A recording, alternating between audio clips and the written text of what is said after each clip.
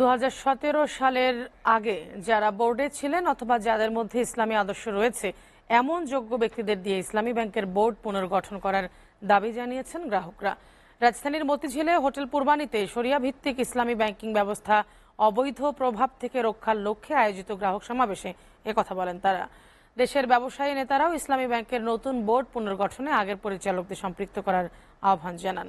তারা সরকারের প্রত্যক্ষ মদদে ইসলামী ব্যাংকের পরিষদ দখল এবং বিপুল পরিমাণ অর্থ লোপাটের তীব্র নিন্দা জানান।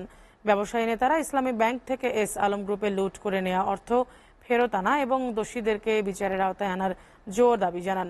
এবিসিসিআই সাবেক পরিচালক এবং জাপান বাংলাদেশ চেম্বারের সাবেক সভাপতি আব্দুল হকের সভাপতিত্বে অনুষ্ঠানে বক্তব্য রাখেন বিশিষ্ট অর্থনীতিবিদ ও ঢাকা বিশ্ববিদ্যালয়ের সাবেক অধ্যাপক আবু আহমদ ও জাতীয় রাজস্ব বোর্ডের সাবেক চেয়ারম্যান ডক্টর মোহাম্মদ আব্দুল মজিদ। একটা স্ট্রং ফ্রম গড়ে উঠুক, এই ইসলামী সমাজ এবং ইসলামী মূল্যবোধ প্রতিষ্ঠা যাতে হতে না পারে এই দেশে, তার জন্য আন্তর্জাতিক স্বতন্ত্র এই পিছনে কাজ করেছে।